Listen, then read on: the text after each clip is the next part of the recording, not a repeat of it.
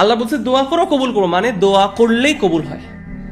আমি দোয়া করছি, আল্লাহ তুমি আমাকে এই মেয়েটার সাথে বিয়ে করো, আল্লাহ তুমি আমাকে এই চাকরিটা দাও। আমি মনে করতেছি আমার জন্য এই মেয়েটার সাথে বিয়ে করাটা ভালো, আমার এই চাকরিটা পাওয়া ভালো, লেকিন আল্লাহ ভালো জানে আমার জন্য কোনটা ভালো কোনটা ভালো না। আল্লাহ প্রমিস করতেছে যে দোয়ার রেসপন্স হচ্ছে অ্যাকসেপ্টেন্স। এই আয়াতটা পড়ে ওয়াকালা রব্বুকুম উদউনি আস্তাজিব লাকুম, আল্লাহ বলছে দোয়া করো, কবুল করো, মানে দোয়া করলেই কবুল হয়।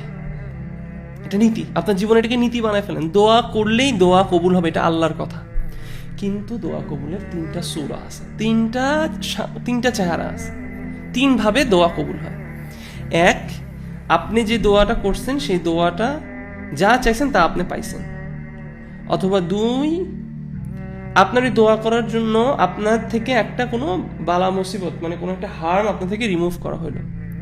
অথবা তিন, আপনি যে দোয়াটা করছেন, আপনি যা চাইছেন সেটা আপনাকে দেওয়া হয়নি, কিন্তু সেটার রিওয়ার্ড আপনার জন্য আখিরাতে জমা রাখা হয়েছে।